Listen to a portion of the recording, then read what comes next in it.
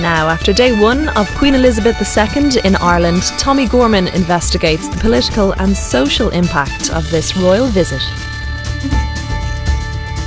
I'm very happy the Queen's coming. I think it's an amazing thing for Ireland. I think it's an amazing thing for Britain. I think it's only going to cement what are very similar great nations. You know, I'm very proud to be Irish, and I love living in England. You know, and I think that's true of an awful lot of people. Many British people love going to Ireland. Lots of my Irish friends want to go back to Ireland. It's not. I think this whole idea that they're far away, different places is just not right. When it comes to Buckingham Palace, it's a place I'll never be. You know, that doesn't bother me. When to Stormont, which is is about as, but going to Stormont wouldn't have been easy. It was certainly made a lot easier for us to go to Stormont after we'd been to Aris and after we'd spoken to the President and Martin.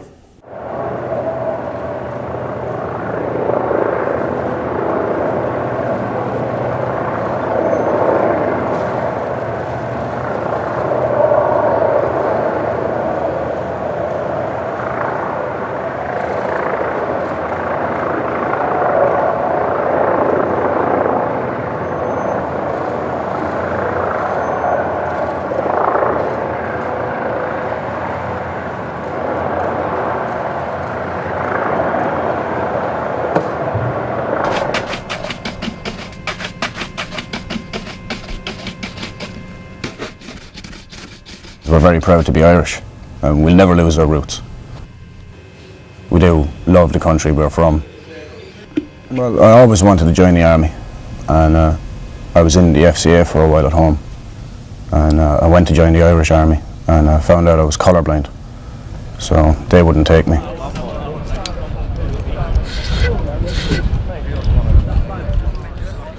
They're just back from a difficult time in Afghanistan. The Irish Guards, a British Army regiment founded by Queen Victoria. Of the 700 or so in their ranks, almost half are Irish from north and south. Dozens more are second-generation Irish, drawn from cities like Liverpool and Birmingham. Doesn't matter whether you're Catholic, Protestant, black, white, red, it doesn't really matter. We all get on together. The banter is absolutely fantastic, especially when the old Rangers Celtic matches are being conducted. You know, we'll have one end with the green and the white and the other end the red, white and blue. It's lunchtime in the sergeant's mess.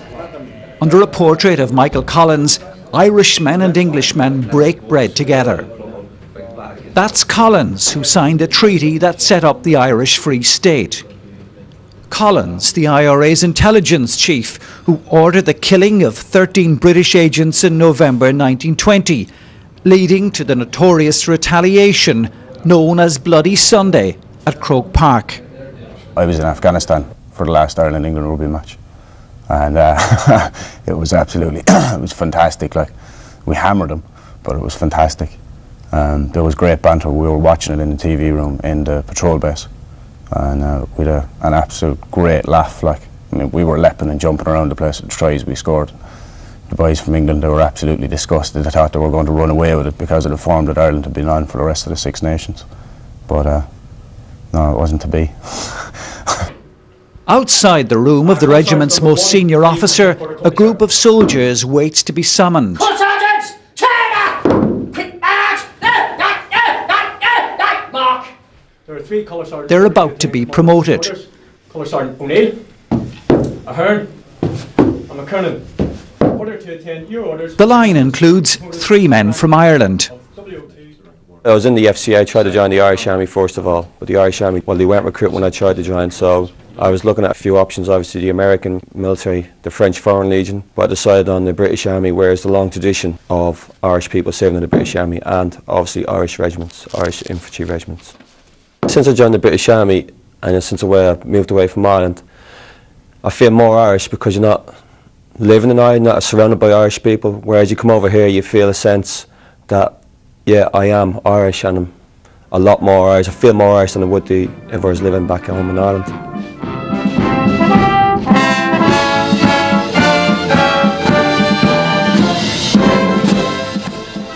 The next big ceremonial event for the Guards is outside Buckingham Palace on June the 11th, the Queen's unofficial birthday.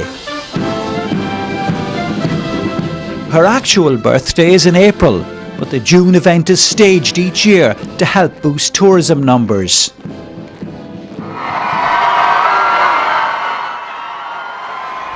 The Guards also had a high visibility role 2 weeks ago during the royal wedding. Prince William, who may one day be king, is a colonel in the Guards, the most senior officer overseeing the regiment.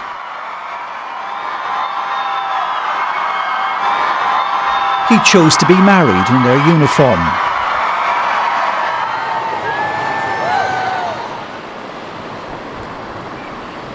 Sharing the space in Windsor, where the Irish Guards have their barracks and where Queen Elizabeth has her favourite weekend residence, is a 71-year-old Irishman.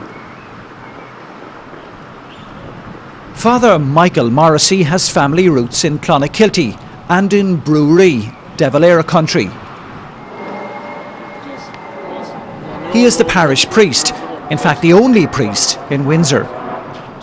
Just like the Irish Guards, his life story is one more example of the complex relationship between Ireland and its nearest neighbour. When I'd done my leaving certificate, I joined the Royal Air Force as a non-commissioned rank, and during that time I spent 2.5 years with the Air Force out in Cyprus, and then the Lord caught up with me, and it was the best move I ever made. Today's gospel reminds us. But having left the Air Force, I studied in college for late vocations for 2 years, then studied in France for 5 years, and came back and was ordained for the Portsmouth Diocese. Spent 4.5 years working in parishes, 2 parishes, before joining the Royal Navy as a chaplain. Hi, Kieran. Good Irish lady. Great to see you. We've got quite a few parishioners who are first generation Irish here in Windsor, and certainly they're a great help to me in the church. And like myself, their life is in this country now.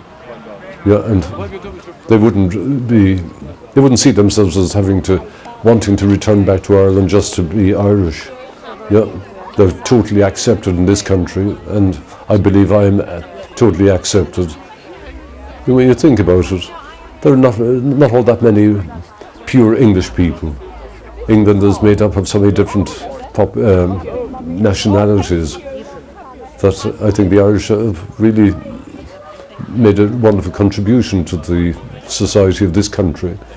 I think it's great that the Queen is visiting Ireland, and yeah, I haven't heard anybody saying otherwise.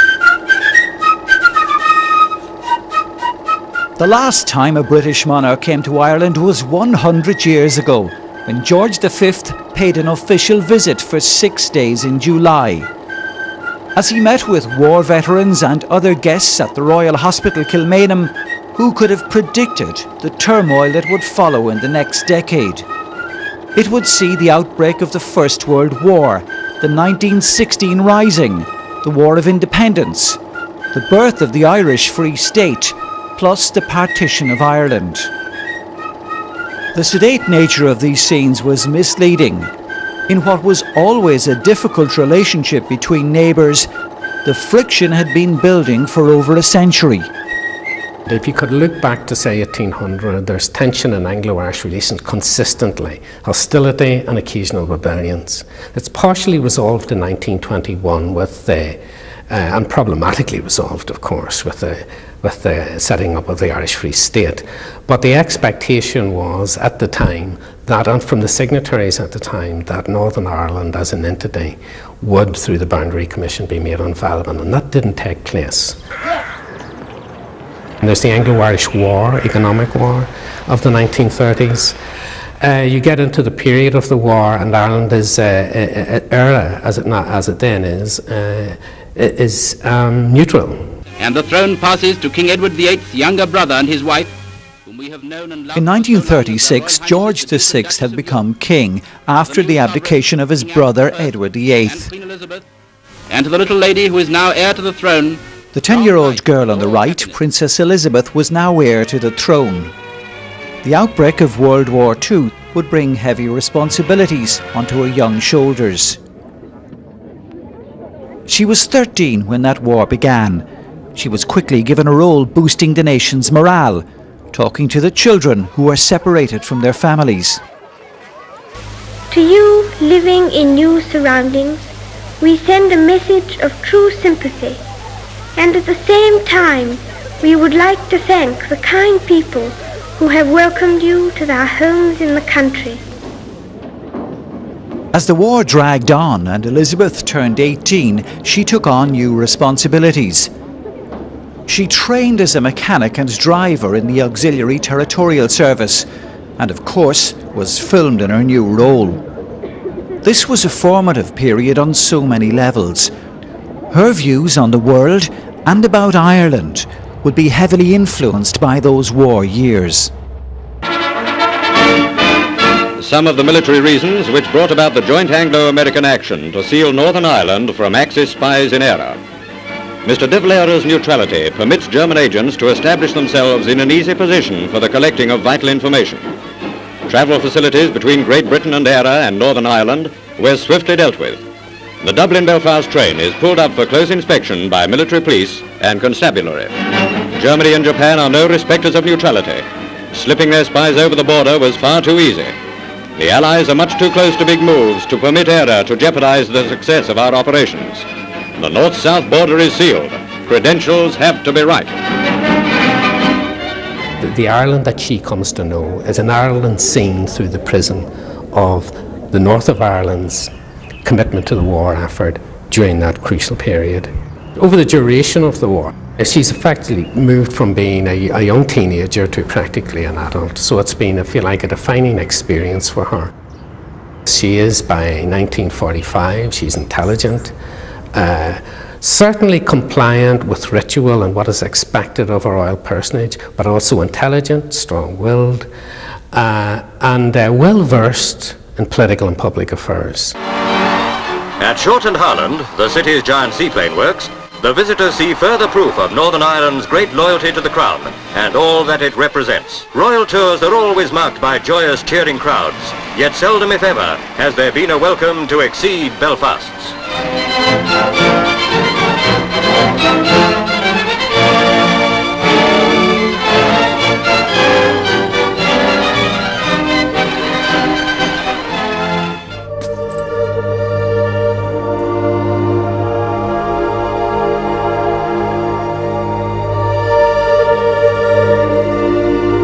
In June 1953, following the death of her father, Elizabeth was crowned Queen. She was 27, the mother of 2 children, Charles and Anne, and wife of a grandson of Queen Victoria, whom she had married as Lieutenant Philip Mountbatten almost 6 years before. In her role as monarch, she would continue to acknowledge Northern Ireland's loyalty during the war years. Queen's particularly conscious of it, and I do believe it. The evidence is there to show she did form a firm bond with the Unionist people, and that would be there. The Troubles would spawn a new septic phase in the relationship between neighbouring states. When British troops were sent to Northern Ireland in 1969, they were welcomed as protectors by beleaguered nationalists. That situation had already turned sour by January 1971, when on a Sunday afternoon in Derry, paratroopers shot dead 14 civilians.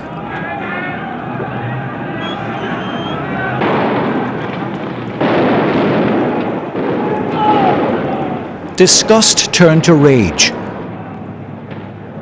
British soldiers, whose commander-in-chief is the Queen, now became targets of Republican paramilitaries.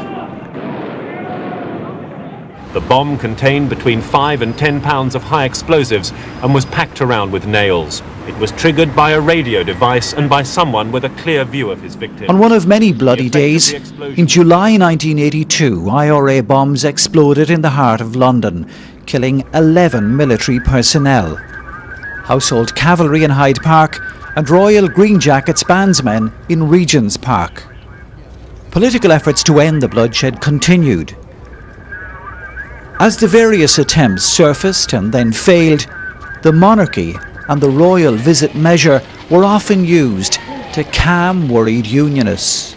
When the Queen visits Northern Ireland as part of her Silver Jubilee, the significance of that for unionists, that's a statement that withdrawal is not going to be pursued.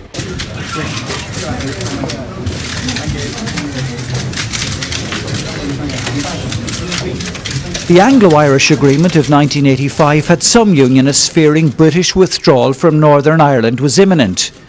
Again, royal visits had a comfort blanket effect. There's 20 royal visits to the north of Ireland between 1977 and 1985.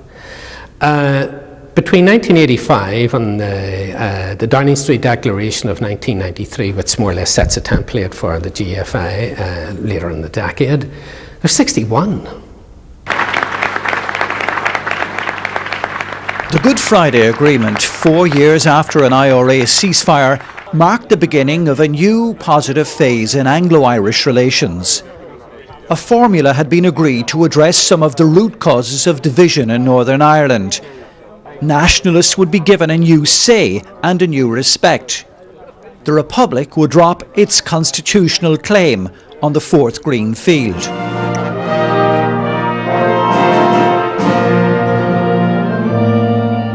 Coinciding with this historic settlement, Mary McAleese had started what would be a 14-year period in Áras an Uachtaráin. A Northern Ireland Catholic, married to another Northern Ireland Catholic, she would bring new energy and new edge to the role of president.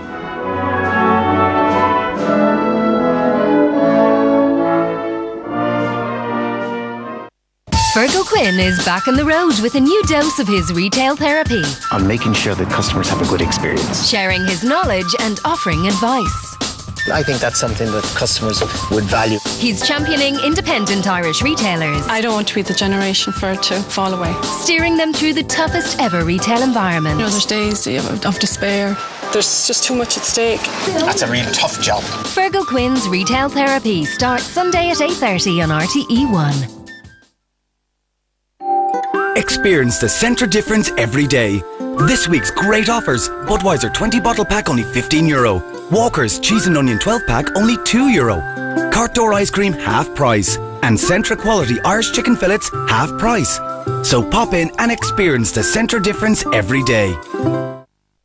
You know how it feels when your hay fever symptoms are about to explode. You need a treatment that gets straight to the root of the problem.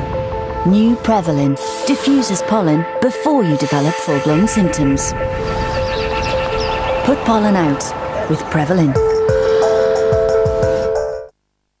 Your assignment? Eye-catching volume without the clumps. Maybelline introduces the 1x1 mascara. For up to 400% more volume, our first lash catcher brush with 300 bristles. 1 captures, 2 coats, 3 declumps. Makes them look bigger. 1x1. Targeted volume. 1x1. New from Maybelline.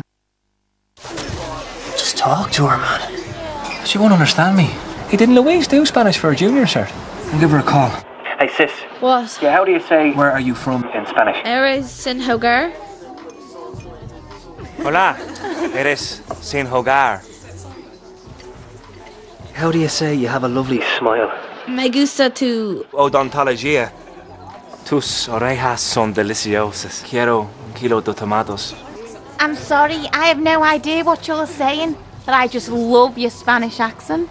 Gracias. Now Meteor has no roaming charges in Europe, so you pay the same as you would at home. Will you ever show me your soft side? Yeah. I wanna be your only man. Don't wanna see you with no other man. your soft side is irresistible, use it. An irresistible soft caramel heart running through a delicious chocolate ice cream. New Cornetto Enigma.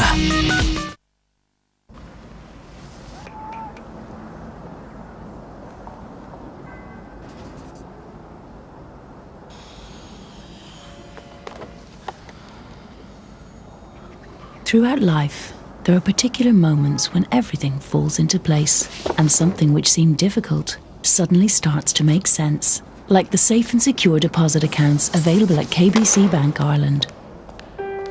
It makes sense to be with KBC. 5 times the action, 5 times the excitement. Yeah! It's the best of the 5. This is how we do it. Fast and Furious 5.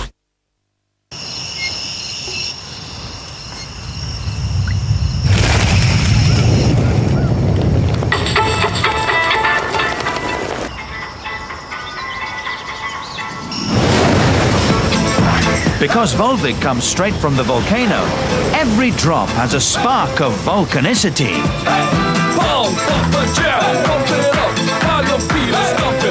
Volvic, filled with volcanicity.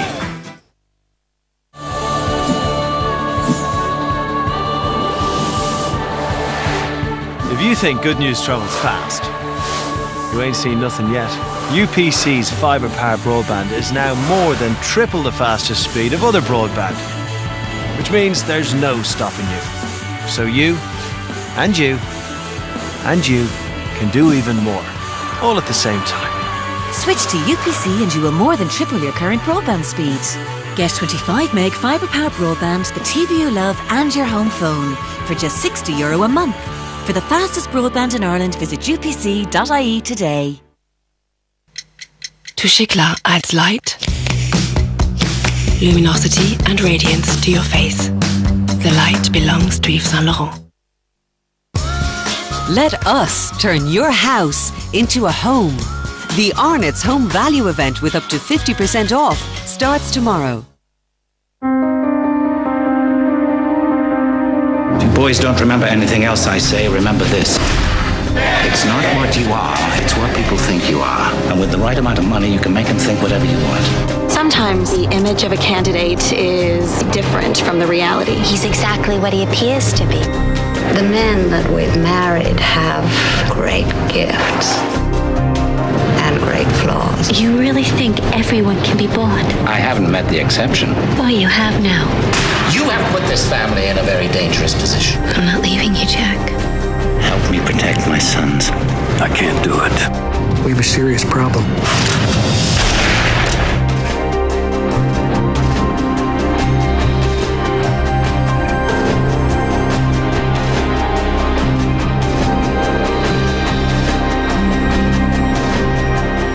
The Kennedys, Saturday at 11:05 on RTE1.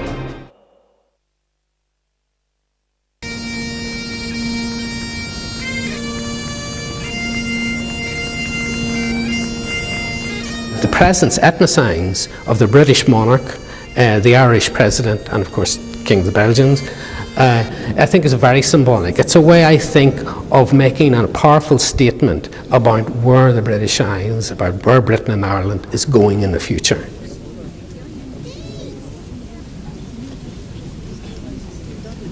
By the time I was growing up, it was a commonplace to assume that only those who came from the Unionist tradition had taken part in the First World War in British uniform. And that clearly was not the case. And in the telling of the story of those people from both nationalist and unionist backgrounds who stood shoulder to shoulder, brother to brother, soldier to soldier in the Somme at Messines, who fought as brothers together against what they regarded as their common enemy, I thought it was important to tell the story properly.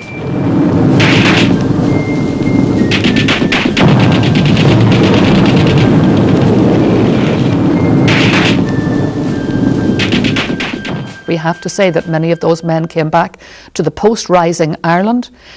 Many of them who had come from a nationalist background and perspective came back to find themselves regarded in a hostile way. regarded as people who had let down their nationalist brethren, and all of that mess, all of that dreadful mess of history, we were shaped by it. We inherited all that toxicity. But although we inherited that toxicity, we had in this moment the opportunity to stop the toxin, to stop it right now from poisoning this generation and continuing its conduit through us to the next generation, where it would continue to poison.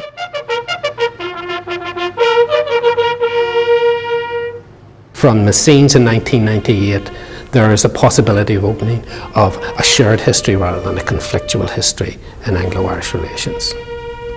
I think we discovered in and through Messine and in and through Gallipoli a story of phenomenal human tragedy. A story that would break the hearts of anyone and broke the hearts of many, many families. I mean, it's hard to believe that on this small island, 200,000 people volunteered in that war. That's a lot of virtually every parish, look, every parish, every corner. Many families were affected, and many families have lived with these ghostly tales that could not be told. Now, in this time, in our time, we deliberately created the space in which those stories could be told. And in fairness, a lot of thanks has to be given to those who for years and years and years had been pointing to these stories as a possible common platform on which to build a shared future. The teasing out of unspoken truths about the First World War had opened the way to a new positive chapter in Anglo-Irish relations.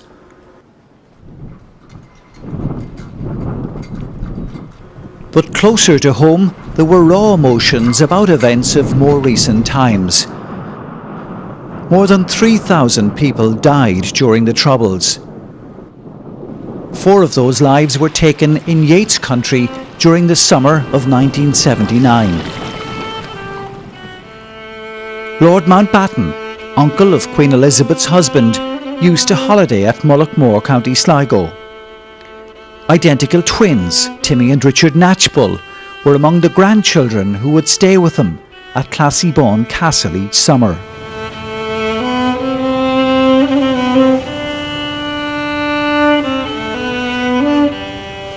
On an August afternoon, one of the twins would die, as would his grandfather, grandmother, and a 14-year-old Enniskillen boy, Paul Maxwell, who accompanied them in their fishing boat.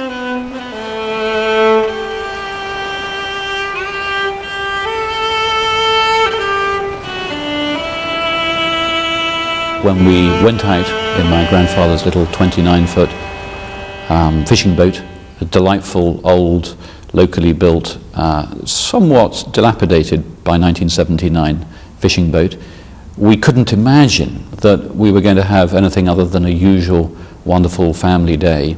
The sea was flat calm. After we'd gone no more than maybe half a mile, 3/4 of a mile, my 83-year-old grandmother, Doreen Braben, the mother of my father, she turned and said to us, "Isn't this a beautiful day?" And shortly after that came the moment that changed my life forever. We saw what we thought was a big football. They must have been carrying a football.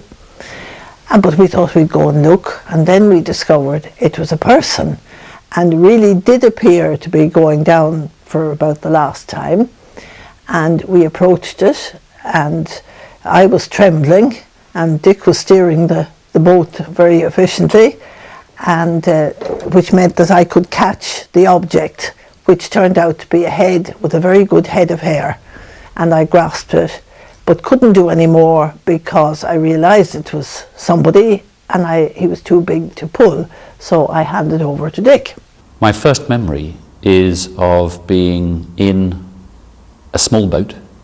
I could feel vibrations coming up from the floor of the boat, the deck of the boat, and I could hear 2 voices nearby, voices that I knew weren't my family. They were Irish voices.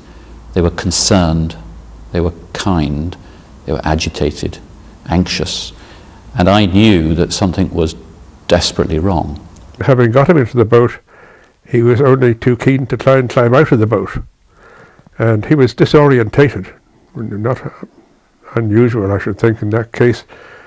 And eventually I was forced into shouting at him that he must lie down, so which he did.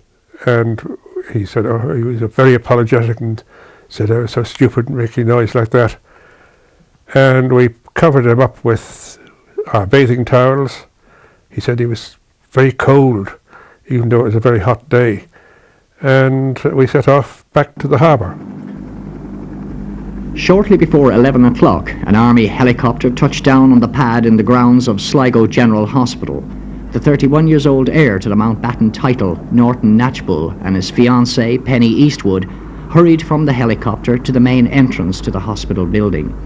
They were followed by Lady Brayburn's son and daughter, Lord Mountbatten's grandchildren. My parents were very straightforward right from the beginning and said that they would not allow any bitterness into their hearts, that Ireland was a place for which they retained greatest love, and as far as they were concerned, we had been saved by a wonderful group of people, brought back to health in Sligo Hospital, which was in every way a world-class hospital led by a very brilliant doctor, in our case, Dr. Tony Heenan.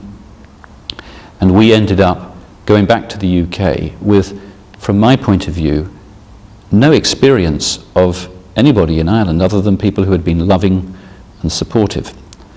So I was lucky in another way, which is that as I grew up, I had a happy childhood, I had a happy youth, and went back to life in a fairly straightforward way. What else can you do? But I was lucky that with the passing of the years, I was able to get to a point in my life where one day I woke up to a real need that I'd never really answered within myself, a need to go back to Ireland and to revisit the places that had meant so much to me in childhood and where this terrible sadness had happened. And specifically I'm talking about the death of my beloved twin brother, Nicky, who was 14 years old when he was killed on that day. And to complete a process that I needed to go through, a process of saying goodbye to him, of needing to learn more about what had happened, to go through a process that could bring me into a better state of mind, a better understanding, and to consolidate the need that I had, the instinct I had for truth and understanding, for forgiveness, and ultimately peace. Having made his own solitary pilgrimage to Mullaghmore, Tim Knatchbull brought his wife and children there.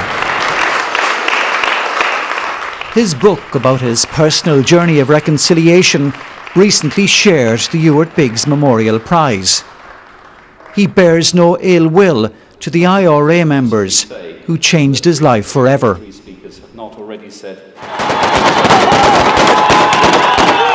Of the different protagonists who played a role in the Troubles, loyalist paramilitaries had the least access to the winds of change. They had ruthlessly killed and maimed hundreds. Unlike the IRA, they had no Sinn Féin-like route into politics. Go. Constant in their professed loyalty to Queen and country, they were shunned by the mainstream unionist parties.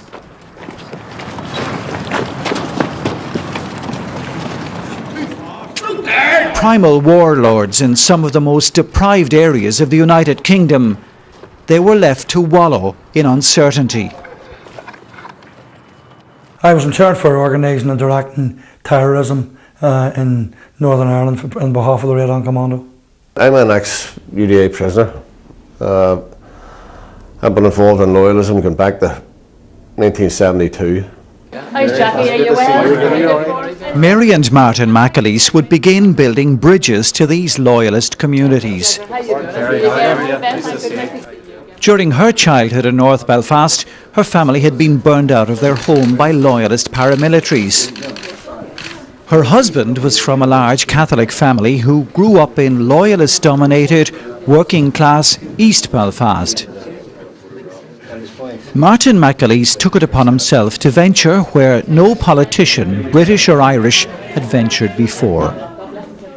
His discreet work has been the hugely understated, if not the secret chapter of the peace process story. And I have to say that after all these years, I don't now look upon the Irish Republic as being an enemy state. I look upon it more as being a friendly state. And I think that's due to the process that Martin and Mary McAleese have been involved in. In the last while back, they have done a lot of work across community and helping in Protestant and Catholic areas in Northern Ireland. They've been very, very adventurous in a lot of things that they've done, and it's been well appreciated within Loyalist and Republican circles. It's been said many times about many places that there's a cold house for Loyalists, and I can honestly say the Irish has never been one of them. We've always been made welcome there, and we were going to talk to Mary and Martin in particular, of course, about situations in Northern Ireland when nobody up here wanted to talk to us. The DUP wasn't bothering with us. Fjord wanted to put us in jail. Secretary of State didn't want to know us. So talking to Mary and Martin and giving us a chance to express ourselves and to listen to their views, it opened many doors for us. And like I said, I've been the Irish many a time, and I've never felt intimidated or threatened. I've always been made very, very welcome.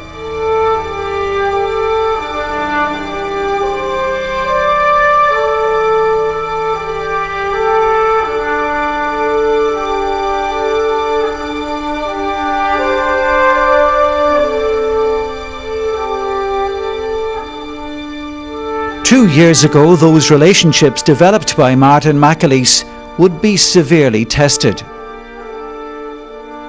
During, indeed, the really troubling times when we saw the two soldiers murdered at Mazarine and Constable Stephen Carroll murdered now about 2 years ago.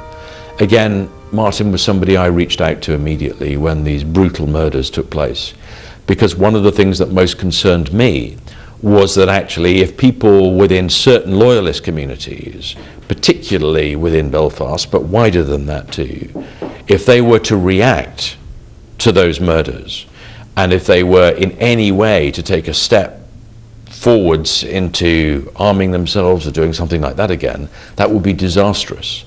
And Martin was extremely able at using all the contacts he'd built up to reassure people, to actually say, look, don't go backwards, continue going forwards, continue embracing a peace process, continue embracing a political process.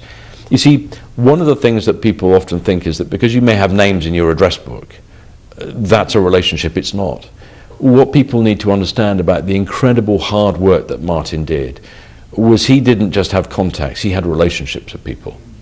And when you build a peace process, what matters are the relationships. It's not enough to know the people, you have to work with the people and you have to be trusted. And I think it's incredible, isn't it, that somebody who was, after all, the husband of the President of Ireland had built these relationships, but built them he had, and he was an absolutely essential part of steadying the process as well as bringing the process together. Back in 1996, Mary Robinson had been the first President of Ireland to visit Buckingham Palace. It was a significant move, deliberately made. I find that it affects a whole sense of representing the people of Ireland, representing a sense of history and also a sense of the present. And I will be honoured to be the first President to go in that way as Head of State of Ireland. Mary Robinson's successor would build on the gesture. The President of Ireland and Dr. McAleese, Your Majesty.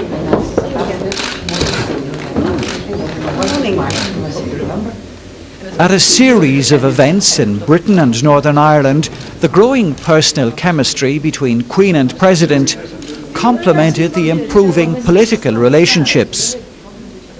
Your Majesty, it's good to see you again. How are you? President McAleese eventually made it known she would like to host an official visit by the Queen. But Bertie Ahern's government would not countenance the idea until one outstanding detail of the peace process was addressed.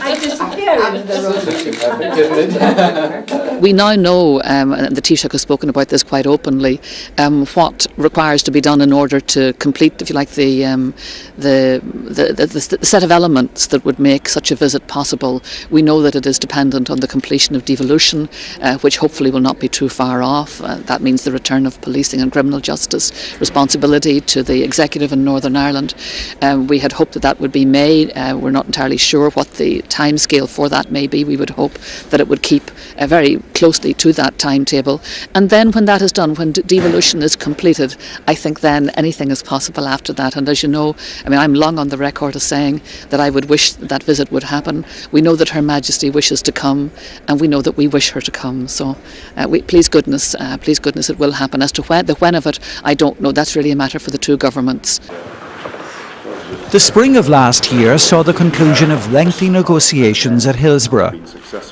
An agreement was reached that responsibility for justice and policing matters would be devolved from Westminster to Stormont.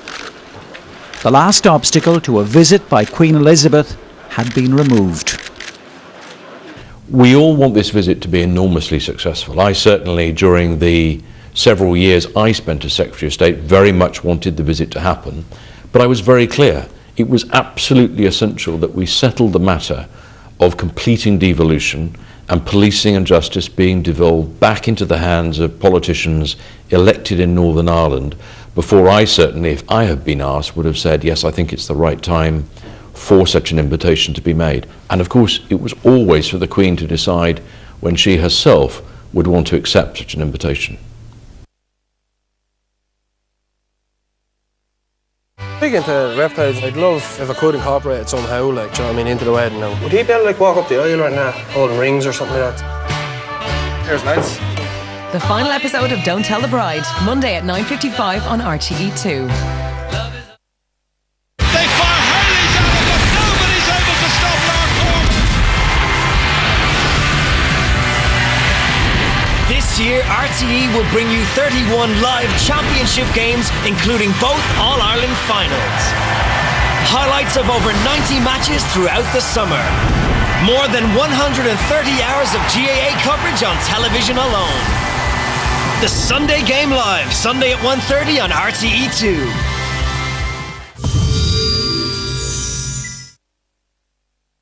Families can make big savings with VHI Healthcare's One Plus plan. All kids go half price, so you get great quality healthcare up to €835 cheaper than the others. To switch and make sure your kids go half price, call us or visit vhi.ie. When you need us, we're there. Athlete's foot can make you sensitive about your feet. Lamisil Once, with just one application, penetrates the skin and targets the fungus, working for days to help eliminate athlete's foot. Treat your athlete's foot and help free your feet. Lamisil.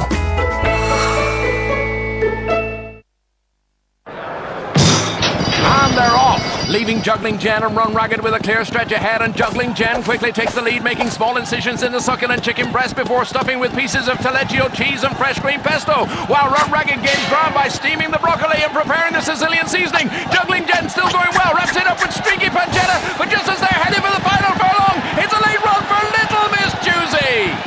Even fast life should have flavour. Moy Park, the home of Irish chicken.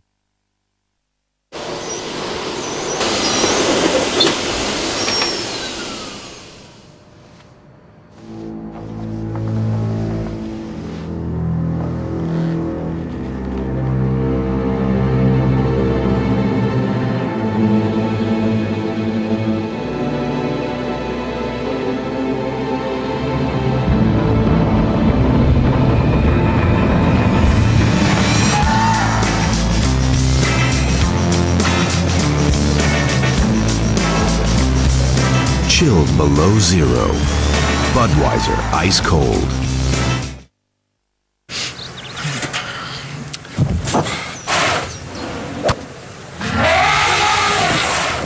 Perfect for any tough jobs. Here is the new Thirst Pockets Multicloth. The strongest of all kitchen towels. New Thirst Pockets Multicloth. Performs like a cloth. Where's your tux? I get no kick from champagne.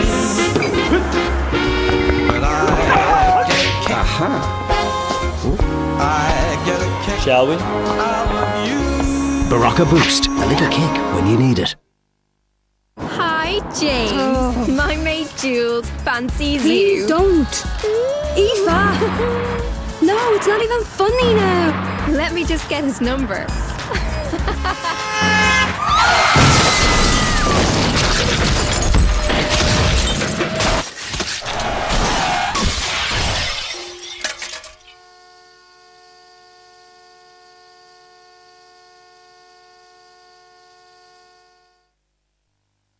Hello, we're Ocean Spray growers here at our cranberry harvest. We've been growing cranberries for generations. Our Cranberry Classic contains antioxidants, natural compounds, and vitamin C to help protect your body inside. It tastes real good too, all thanks to these wonderful cranberries. Hey, that's favoritism. Huh? Well, these cranberries over here are pretty tasty too. And what about this little guy? And all those cranberries back there? It's not fair. Shop on Tesco.ie and save. With all our in-store promotions in one place and cheaper alternatives to big brands, it couldn't be easier. A running total as you shop means you'll only ever spend what you want to and still earn club card points. Everything you need delivered to your door at a time that suits you. Tesco.ie. Every little helps. Irish Olympian Francie Barrett is on a quest to trace his ancestors and those of his community. There is no written history about travellers. With the help of the latest DNA technology, he aims to dispel the myths. Spirit threat. We're going to compare their genetic code to other populations all over the world to understand where they originate. And reveal the truth. It's important in terms of the history of the peoples of Ireland. Blood of the Travellers, Sunday at 9:30 on RTE1. On behalf of the American people, I want to thank the people of Ireland. In the years ahead, may our sons and daughters only grow closer. The US presidential visit to Ireland by Barack Obama and his wife Michelle. Live coverage of all the major events as they unfold, including a trip to his ancestral home of Moneygall, where my great-great-great-great-grandfather hails from. Obama in Ireland. Extensive coverage begins Monday on RTE1.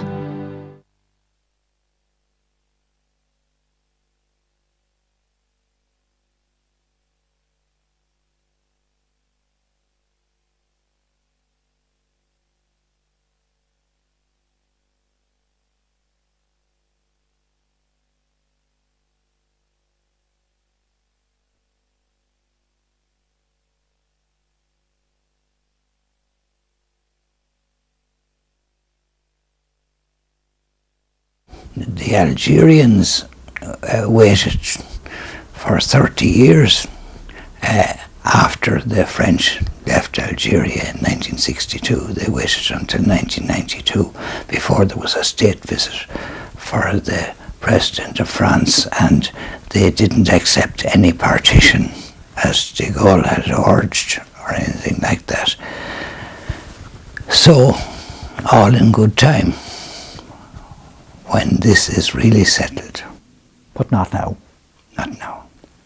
I think it's an extraordinary moment in Irish history, a phenomenal sign and signal of the success of the peace process, and absolutely the right moment for us to welcome onto Irish soil Her Majesty the Queen, the head of state of our immediate next door neighbours, the people with whom we are forging a new future, a future very, very different from the past, on very different terms from the past.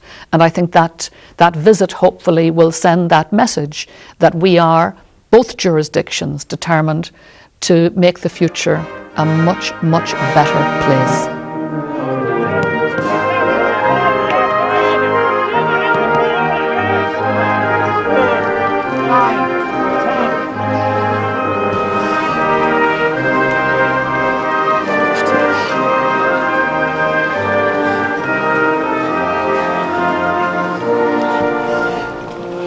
In England's green and pleasant land, members of London's GAA team are hard at work under the watchful eye of manager Paul Coggins. There are a lot of more Irish people coming over, especially I suppose since January. 9, 10. It was 53 transfers last month alone in London to different clubs. 1, 3, 1. When we heard the Queen was going to Ireland, there was a very positive reaction over here. It's great that she's going to visit Croke Park. Since we were young lads, that's our place. It's like Wembley over here. Come on, let's hear the call, let's hear the call! At least she'll know what Gaelic football is about. She'll get hopefully a good history lesson from whoever is going to tell her about. And maybe in the future we might see her out in Ruislip, or we might even get a few pound off her here for the London football team, you wouldn't know. Okay boys, we're going up and over the gate. Left and right. Small gates in Cavan, boys. London especially is a cosmopolitan city, and all people are generally welcomed, you know. There's always a very small minority, obviously, of I suppose bigots or whatever, but it's tiny, and I can't say that I've met it. There's no hiding place. We earn our living here. We're unable to earn it at home in Ireland, and it's as simple as that. I myself am over here for over 20 years. My own parents worked over here for many, many years.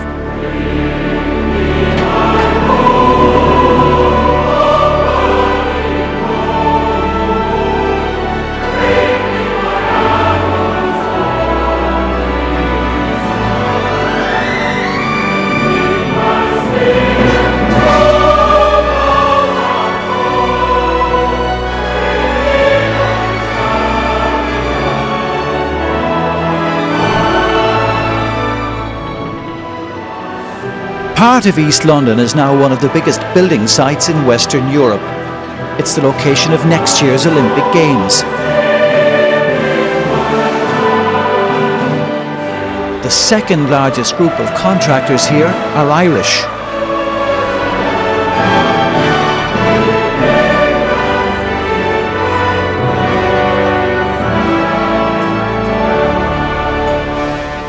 The politician most associated with the project in London's system of local government, the Assembly, is a native of Dublin's Pearse Street. I think the key element is that this is only the beginning. The legacy of the park, which will be realised over the next 30 years, is going to produce another 10,000 houses, so there's going to be jobs for years to come. There's going to be jobs in retail, with huge retail development at Stratford City, and also there's going to be distinct neighbourhoods. There's going to be 6 new neighbourhoods with health centres, polyclinics, housing, with schools, with universities. The opportunities are endless, and they are opportunities that everyone can take advantage of.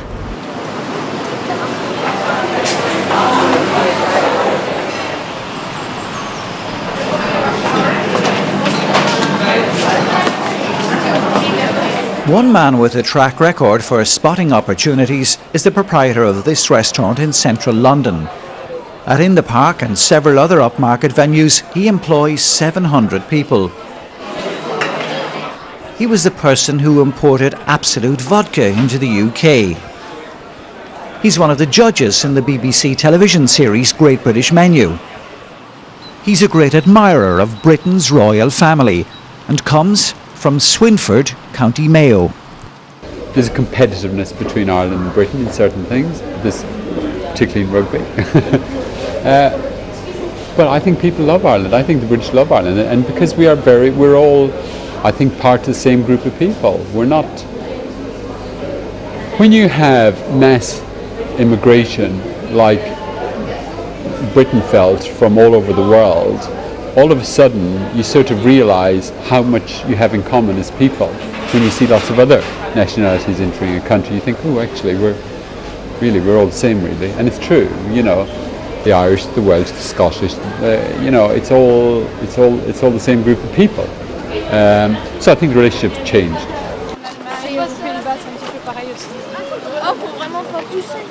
We're sitting here in St James's Park, just down the road from Buckingham Palace, and you can see, just on a very basic level, the impact having a Queen has on the tourist economy of the country.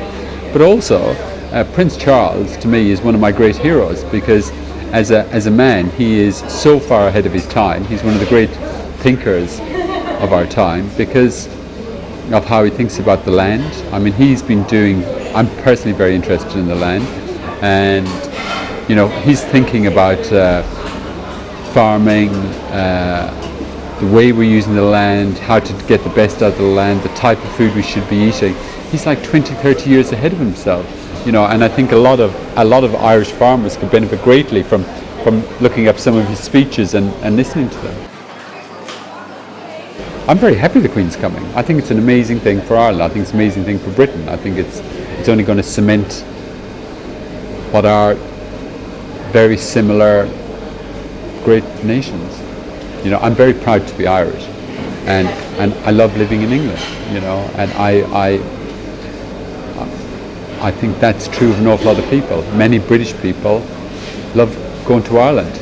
Lots of my Irish friends want to go back to Ireland. It's not. I think this whole idea that they're far away, different places is just not right. It can't be put behind us. We had settlements before.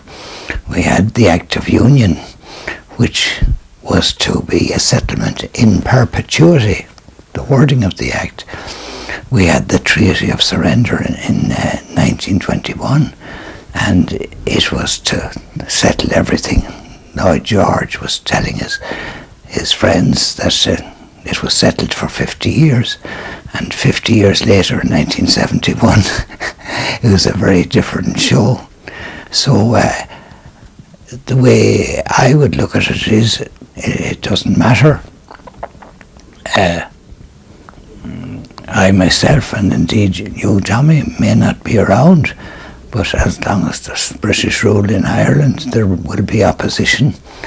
And indeed there was the famous quote by the Commissioner of the Garda, Mr. Pat Byrne, in 2000 in an interview with the Irish News in Belfast, when he said that as long as the British remain in Ireland, there will always be some kind of IRA about it. The history is indeed deep and complex. It rarely happens during official visits by the Queen, but tomorrow the British Prime Minister will be a guest at the state banquet involving host nation and visitor. That's the same David Cameron who caused such surprise by the quality of his apology for Bloody Sunday. Some who lost loved ones on the day of the Dublin and Monaghan bombings thought it insensitive that this new chapter in history should begin on the very anniversary of those atrocities 37 years ago. The previous year, 1973, 5 British soldiers were blown up in Omagh. Sometimes it seems there is no hiding place from the unfinished business of the past. I think there will always be that element, is the truth of it, because the history is so difficult and there have been so many incidents that people will always remember. So I don't think you can ever, I think this process of endlessly picking something from long ago history and trying to resolve that, and I don't think that works. I just felt with Savile, it was very straightforward. Here was this terrible incident that had taken place not so many years ago. Here was this incredibly thorough report into what happened.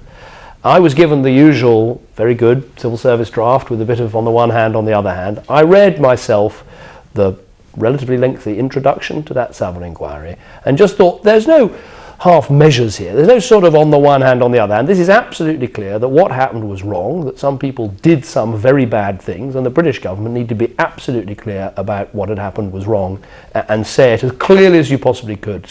So I wrote that statement myself and just thought, there are times when you just have to be direct, and this seemed to me the right answer. Does that mean we can go through everything that happened in the past in a similar way and solve all those problems? No, you can't. I think it would be too difficult and too hard to do that. But I hope that it was a step forward in as I say, removing some of the barriers to a better relationship between Britain and Ireland. You made the very practical gesture in relation to Ireland's economy. What signal were you sending by that decision? Well, we are, as well as your friends and your neighbours, we're also hugely intertwined with you. I mean, Britain still exports more to Ireland than we do to Brazil, Russia, India, China combined. So, you know, it's not only because we're friends, it's also actually an incredibly important business relationship between the British economy and the Irish economy. And the effect on Britain, if you were to falter, would be bad for us as well as bad for you. So it's both genuine friendship but also hard-headed business as well. So there's that recognition of the self-interest factor. I think that's right, but we like to think that what we did was both right for the United Kingdom and also right for Ireland, and was done actually with a lower interest rate and a more generous approach than the money that was received through the European Union. So it is, as I say, it's a recognition of the friendship between Britain and Ireland, but also our shared interests as well. The itinerary has been very carefully chosen. Croke Park, which has so much history, the Garden of Remembrance related to the 1916 Rising, Island Bridge, where the tradition of the First World War, the Irishmen from north and south who fought in the British Army, the Queen is going to all of those places. What do you hope will be achieved by the visit, and what sort of a reception do you think the Queen is likely to get in Ireland? Well, first of all, I hope she gets a very good reception. I'm sure she will. People in Ireland are kind and generous and compassionate, and I think that 100 years on from the last time a British monarch visited Ireland, I think there's a great sense of history and occasion. I think also the programme itself, which I think has been drawn up with immense sensitivity and care and thought by Her Majesty and by those working with her, I think demonstrates an understanding of Irish history in all its complexity, and I think that is absolutely right.